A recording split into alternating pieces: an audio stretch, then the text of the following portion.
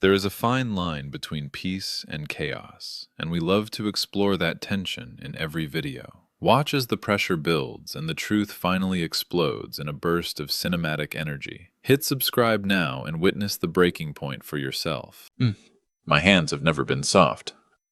Even now, pushing 63, the skin on my palms is thick and rough, mapped with old calluses that 20 years of office work never managed to erase. My late wife, Margaret, used to hold my hand at church and joke that she married a man with the hands of a blacksmith and the heart of a poet. I miss her every single day. I drive a 2009 Ford F-150. It runs perfectly. I know it runs perfectly because I personally oversaw every piece of maintenance it has ever received. The blue paint has faded in patches along the hood, and there's a small dent above the rear wheel, well from the time my neighbor's son backed his bicycle into it 8 years ago. I never fixed the dent. Never saw the point. My name is Walter Greer, and I want to tell you what happened last October when I drove that truck to a country club in Brentwood, Tennessee, to meet the family of the woman my son was planning to marry. But first, let me tell you who I am. I was 22 years old when I started Greer Regional Freight with one truck, a bank loan I was terrified of, and a route that ran between Nashville and Memphis 3 times a week. My father thought I was making a mistake. My uncle, who worked in insurance, offered to get me a desk job at his firm. I told him both thank you and kept driving. I ate gas station sandwiches for 2 years. I slept in the cab more nights than I can count. I learned every way station, every dispatcher, every dock foreman between here and the Mississippi River. By the time Daniel was born, I had 11 trucks. By the time Margaret got sick, I had over 200. By the time I buried her on a Tuesday morning in April, I had 347 trucks operating across 14 states, contracts with 4 major retail chains, and a grief so heavy I could barely stand up straight at her graveside. I tell you all of this not to impress you. I tell you because none of it means anything without what comes next. Daniel is my only child.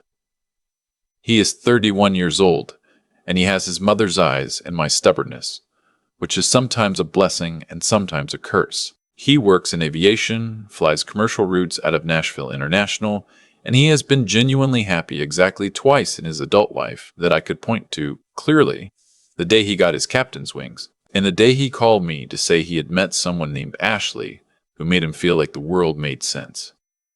I was glad for him. A father wants his son to be happy.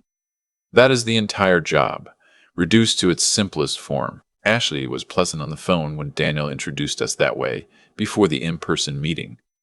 Thoughtful, well-spoken. She laughed easily. I liked her. What I knew about her family I had picked up in pieces from Daniel over several months.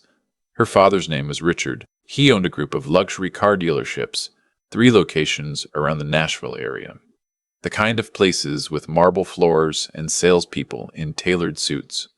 Her mother's name was Diane. They lived in Brentwood, belonged to a country club called Crestwood Hills, and from the way Daniel described Sunday dinners at their house, they were the kind of family that treated their lifestyle as a reflection of their character.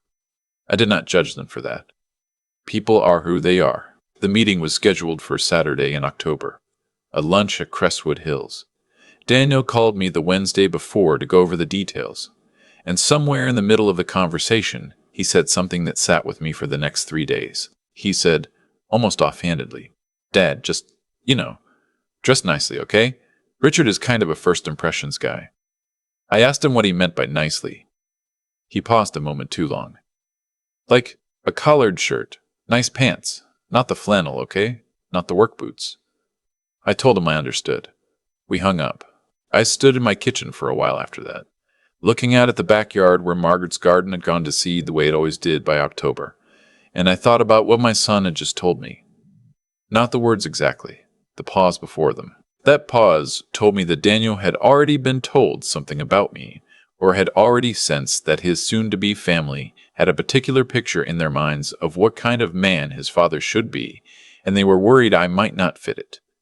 I want to be clear about something. I was not angry with Daniel. He is my son, and I know his heart. He was nervous, and nervous people say things they don't entirely mean. I understood that. But I made a decision that night. I did not make it out of pride, and I did not make it out of pride, and I did not make it to set a trap. I made it because I have spent 40 years learning to read people, and I already knew something about Richard without ever having met him. A man who needs a first impression entrance from his future son-in-law's father is a man who measures people the moment he sees them. I wanted to see what that measurement looked like in practice.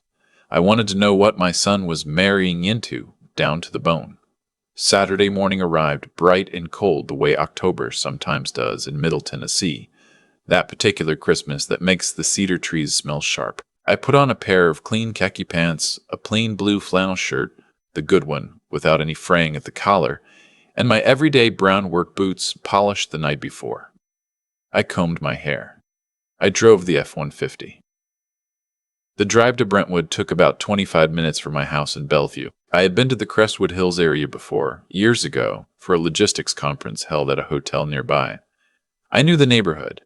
Old money and new money sitting side by side, each pretending the other was the same thing. The country club driveway was lined with stone pillars. A young man in a red vest stepped forward as I pulled in, and for just a moment I saw his expression recalibrate, a quick, involuntary adjustment, the way a face sometimes does when reality doesn't match the setting. He took my keys politely. I thanked him by name after I read his badge. His name was Marcus. Daniel was waiting just inside the entrance with Ashley, and I could see the exact moment he registered what I was wearing. He hugged me and whispered, "Dad, I told you." And I said quietly, "You told me to wear a collared shirt. This has a collar." He started to say something else, but Ashley was already stepping forward, and she hugged me warmly and said it was so good to finally meet me in person, and I believed her. She meant it. I could tell. Her parents were at the table. Richard stood when we approached. He was a tall man, mid-60s, with the kind of tan that comes from golf rather than outdoor work. Silver hair swept back with obvious effort, wearing a blazer over a pressed shirt with no tie. The studied casual of someone who wants you to know they could have worn the tie but chose not to. He extended his hand and his eyes did the thing I had expected. One quick scan, top to bottom, and then back to my face with a smile that was perfectly assembled. "Walter," he said. "Great to finally put a face to the name." Diane was warmer on the surface, the way certain people learn to perform warmth as a social skill. She told me the club had wonderful salmon, and that I simply had to try it. I said I would keep that in mind. We sat. The table was set with the kind of silverware that has weight to it. A server appeared and offered still or sparkling water. Richard ordered a scotch. The conversation began the way these conversations always do, safely. The weather, Daniel's flight schedule, how far I had driven that morning. Richard asked where I lived, and when I said Bellevue, he made a small sound. Not unkind, but the sound a person makes when they're confirming a suspicion. Diane asked if I had any plans to downsize now that I was getting older. She said it as if it were a practical question rather than what it actually was, which was an assessment of real estate.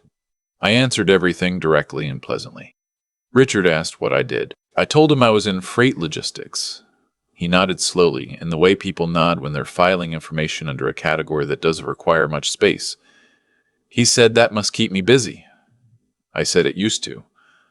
And then he said, "So you're retired now?" I said mostly yes. I watched him relax after that.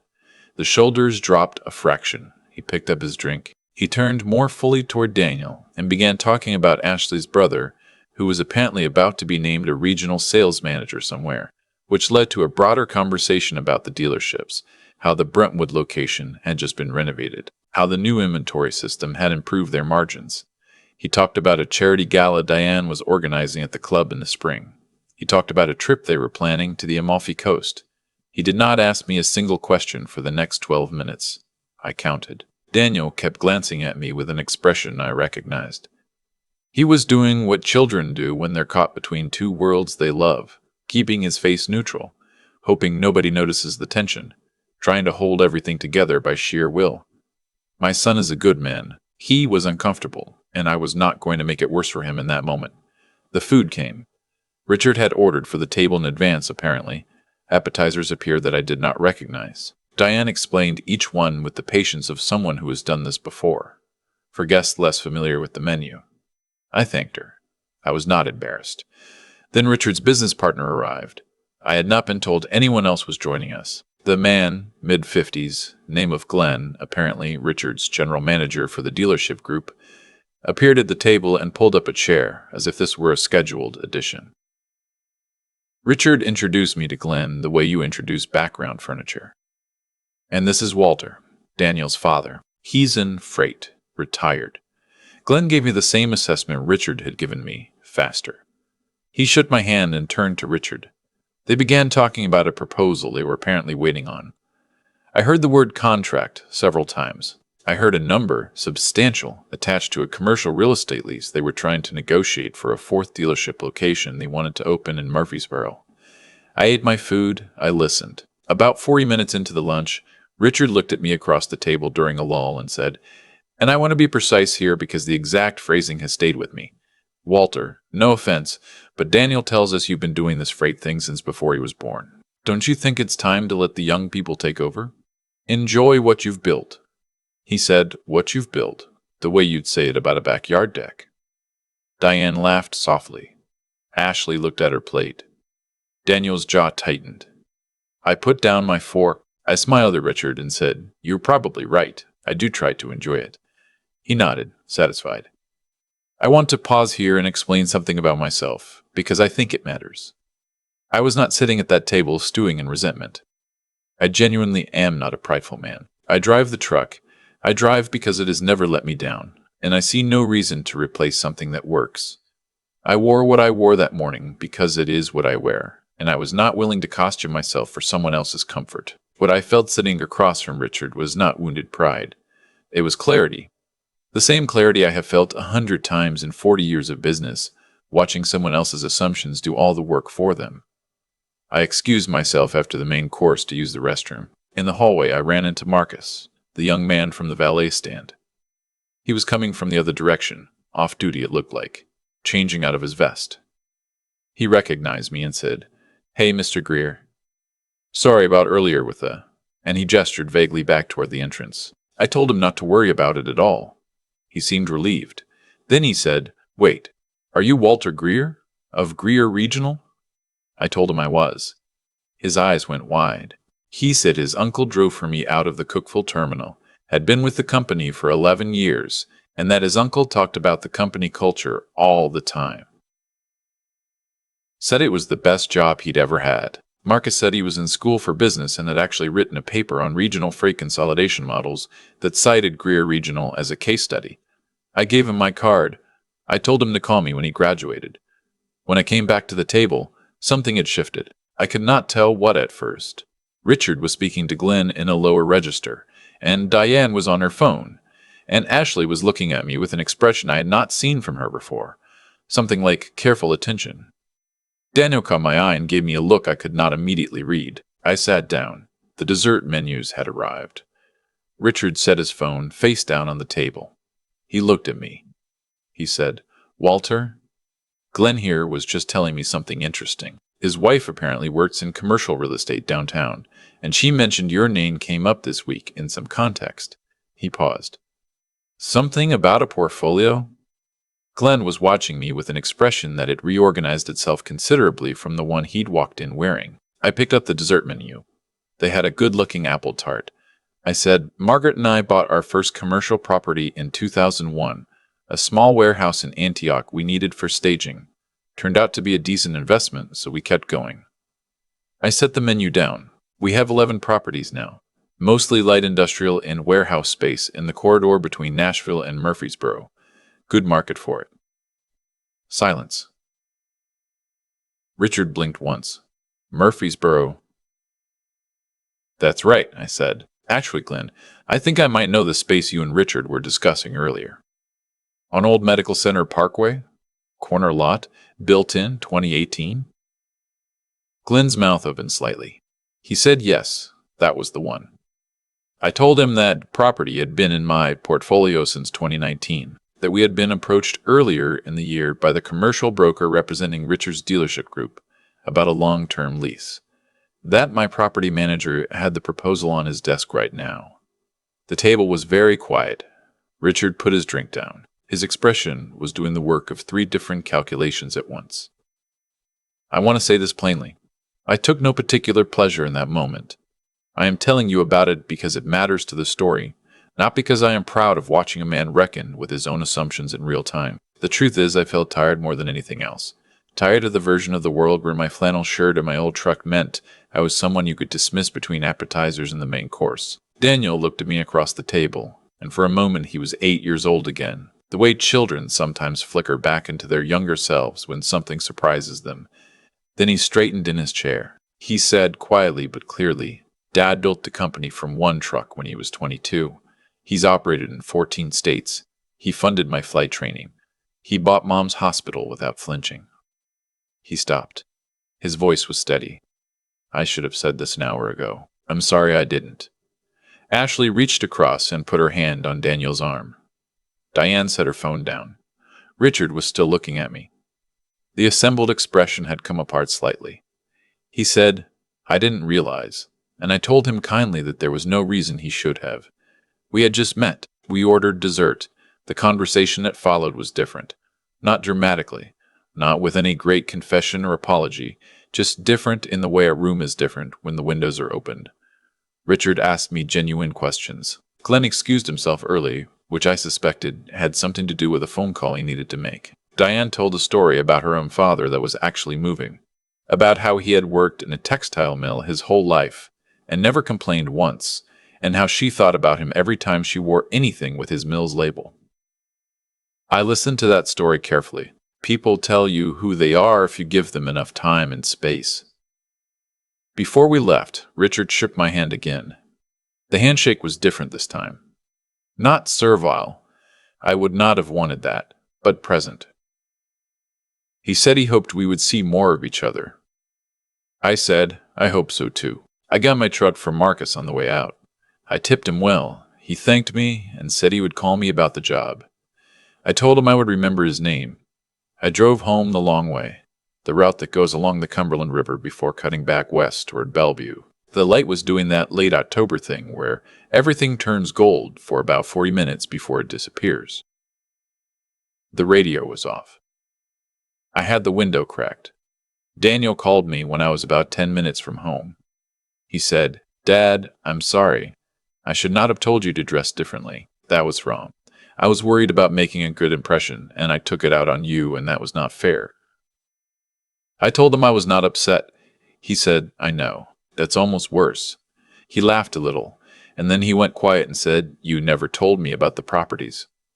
I told him his mother and I had always believed that what you own is not the same as who you are, that we never wanted him growing up thinking money was a measure of anything important, that Margaret had been firm about that from the very beginning. He had earned his captain's wings on his own, and we wanted it to stay that way. He was quiet for a moment. Then he said, I wish Mom could have been there today. I told him I thought about her every day. He asked how I thought it went. I told him I thought Ashley was wonderful, and that her parents were people you could work with, which is the highest, honest compliment I know how to give. He laughed properly then. The real laugh. The one that sounds like Margaret. I pulled into my driveway and sat in the truck for a moment after I turned it off. The evening was settling in, the sky going from gold to purple. The neighbors' lights were coming on one by one down the street. I could see the edge of Margaret's garden from where I sat, and I thought about the first time she saw this house. We could barely afford it then, barely a down payment and a prayer, and how she had walked straight past the front door to the backyard and said, There's room for a garden. We're buying it. 40 years. I have been rich for a long time now in the way that balance sheets measure richness, but I have been wealthy my entire life in the way that actually counts. And I learned the difference between those two things from a woman who held my rough hands at church on Sunday mornings and saw nothing in them that needed to be fixed. The Murfreesboro property, as it happened, became relevant again about 3 weeks after the lunch. My property manager forwarded me a revised proposal from Richard's group, this time with a significantly improved offer and a personal note from Richard at the bottom. He said he hoped the business relationship could be the beginning of the families getting to know each other properly. I called him directly rather than going through the managers. We talked for 40 minutes. He was more himself on the phone than he had been at the table. Sharper, more direct, less performance. I liked him better for it. We agreed on terms that were fair to both sides. At the end of the call he said, I made some assumptions when I met you that I shouldn't have. I told him I appreciated him saying so and that I had made a few of my own, which was true. I had assumed the performance at lunch was the whole of him. It wasn't. It was armor, the kind people wear when they're afraid of being measured and found wanting, which is something I understand better than I'd like to admit. I have worn different versions of that armor myself over the years. I just stopped needing it somewhere around my mid-40s, when I finally understood that the opinion of someone who has already dismissed you is worth exactly as much as the effort you spent trying to win it. Daniel and Ashley are getting married in June at a small venue outside Franklin that Ashley found and immediately loved for reasons she could not entirely explain, which is exactly the right way to choose a place for a wedding. Diane has been involved in the planning in the particular way that mothers of brides are involved in the planning of weddings, which is to say comprehensively and with conviction. I have been consulted on exactly one thing, which is what I plan to wear. I told Daniel I was thinking about a nice suit. He said, "Dad?" I told him I was kidding. I do own a suit, for the record. 2 of them, both navy. Margaret picked them both out. I had them cleaned and pressed last month, and they hang in the guest room closet, where I can see them from the doorway. I will wear one of them on Daniel's wedding day, and I will have my rough hands and my faded truck, and 40 years of early mornings, and a grief I have learned to carry, and a pride in my son that has nothing to do with what he earns or what he owns. There is a thing I have believed my whole life, and never found a reason to stop believing. It is simply this. A person's worth is not in what they show you first. It is in what stays consistent when they have nothing left to prove. The people who understand that early are lucky. The ones who learn it later, at a country club lunch table, say, somewhere between the appetizers and the reveal, they are lucky too in their own way. I am not a man who holds grudges. I am, however, a man who pays attention. And what I know now, driving my old truck home on an October evening with the Cumberland River gold in the last light, is that my son is going to be all right. That the family he is joining has more to them than a first impression suggests. That Margaret would have found the whole thing very funny and also exactly right. And that Marcus is going to be a very good hire. What city are you listening from? And have you ever had a moment when someone misjudged you, only to discover later how wrong they were? Tell me in the comments. I read every single one.